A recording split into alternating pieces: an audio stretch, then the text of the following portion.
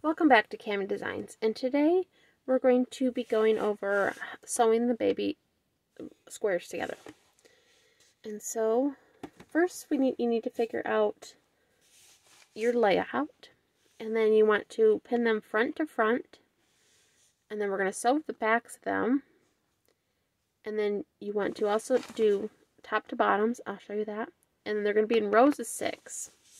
So let me show you one of them that I have done already. So this is one of them that I have done already.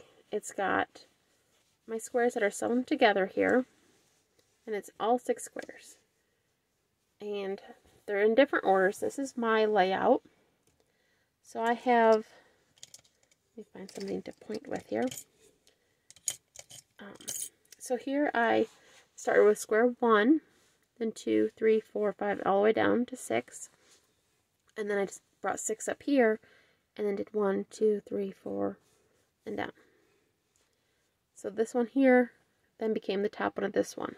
This one, 4 here, came top 4 here, and so on. So right now, I'm actually done with these ones here. So now I'm on to this one here. So I need to start with my 2, and put that aside here. And then I'm just pinning these with stitch markers. So here is 2. So it goes 2 and then 3. So here's my 3rd square. And when I say top to bottoms, so your cast on edge with your binding off edge. And front to front, so this is my front of square 2 and my front of square 3 are facing each other. If any of you quilt, you'll get this. And then pin it on this side as well. This just holds my corners together, so when I'm sewing them, I don't offset it. So then when I open it, it'll be like this. So then I just go here, and then I pin them all together to start with.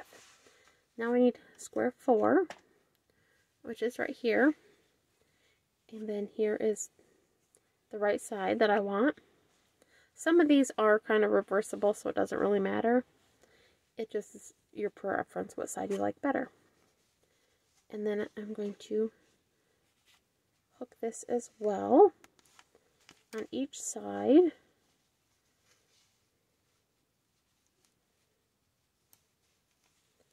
Make sure I'm hooking through both of them. Okay, and there's my 4. So now I need 5, which is this oblique one. And once again, this side looks identical to that side, so it doesn't really matter. I just want to make sure I'm doing the top and not the sides. So then pin this one. And some of the edges might be curling even after you blocked them, and that's okay. When you stitch them together, it will straighten them out. Okay, and now I want 6. See, like this one wants to curl, but I just stretch it and pin it, and it'll eventually work its way flat. Okay, and now I need square 1. Okay, and I'm definitely going to have to wash this really well. Oh, I need another stitch marker. I have a whole container here. Because I don't know if I ever mentioned this in any of the videos, but I spilt my hot chocolate on my whole skein and had to wash and dry it. So there is a little different colors. I don't know if it shows up on camera or not. Okay, and I want to make sure I'm going through both. Okay, and now it doesn't matter which one I start at. I'm going to start at this one down here. And I want to work on the back sides of them. And this one I'm going to do, I'm going to show, I just had black thread here. Here it is. I'm going to do it in black, even though I've been doing it in white. But I'm just going to show you in black so you can see how I'm doing it. Because I'm not doing any special mattress stitch or anything like that. I like how the mattress stitch looks, but because these edges are so uneven, because you have pearls and stitches and different spots, it's just easier to do this. And I like how this has turned out. So this is what I'm doing. Okay, so you want to go into your first stitch on both of them here. And you want to pull it through. Not all the way, you want to leave some tail to weave in the end. And now I'm just coming back over my work here. Yarn is twisted. And going to go through that next stitch. Like that. And let's see, where is it? Right here. And I'm going through both like the little V on it. And just pulling that through. And these first couple ones, you want to be careful when you pull it, because you don't want to pull your tail out here. And so I'm just doing this all the way across that one, and then through those two, other square, get my tail out of there. You can weave in your ends if you want before doing this, but I want to weave it all in at the end, so then I can weave it into different squares. So like this square, I won't weave into this one, I'll weave into the one next to it when they're all lined up, if that makes any sense. But you can see that I'm just kind of working my way across here.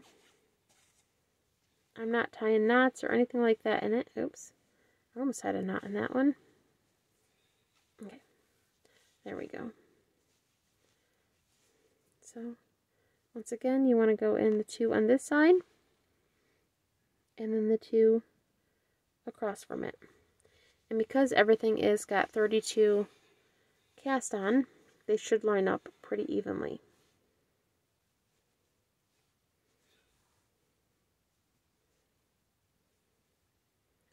And I'm just pulling it tight. And I'm working all the way across doing this same thing. And then when I get this one all done, I will go on to this one. And you'll notice I'm also not doing double thickness.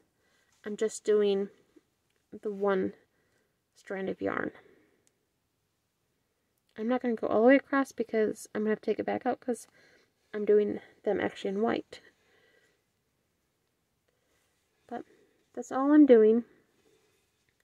It's just going across like this, and it goes really fast once you get the hang of it. And then when you open it, if you work with the same color, you're not going to see these threads here. But yeah, and it doesn't leave a huge ridge here in the back. I can show you this one I worked.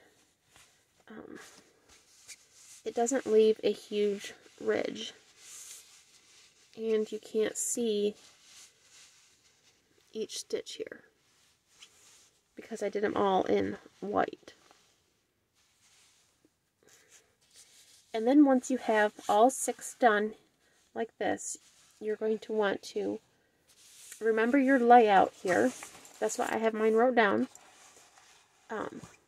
because you're going to want to pin them together this way next to each other.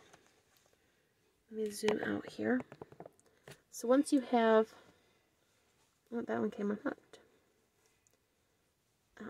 So once you have them, all your strips of 6 done, then you're going to have to stitch them this way. And once again, front to front. And then you're going to do the same kind of stitch this way.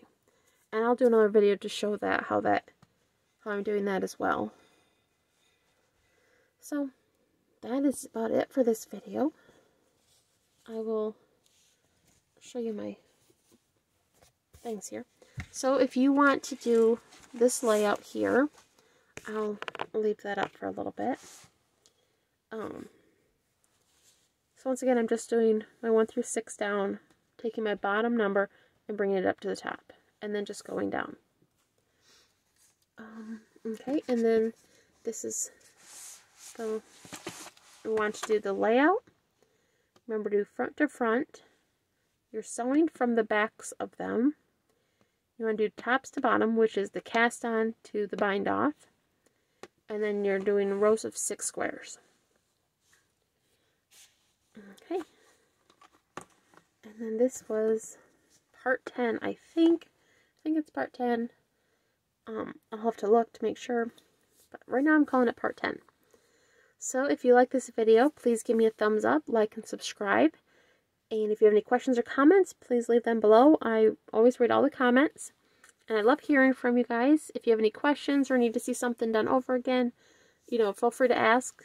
I am more than happy to show things again if I need to. And that's it. So if you like this video, please give me a thumbs up, like, and subscribe. And if you would like to be notified when my next videos come out, hit the little bell next to the subscribe button. And that's it. So have a wonderful day, and thank you so much for watching. Bye!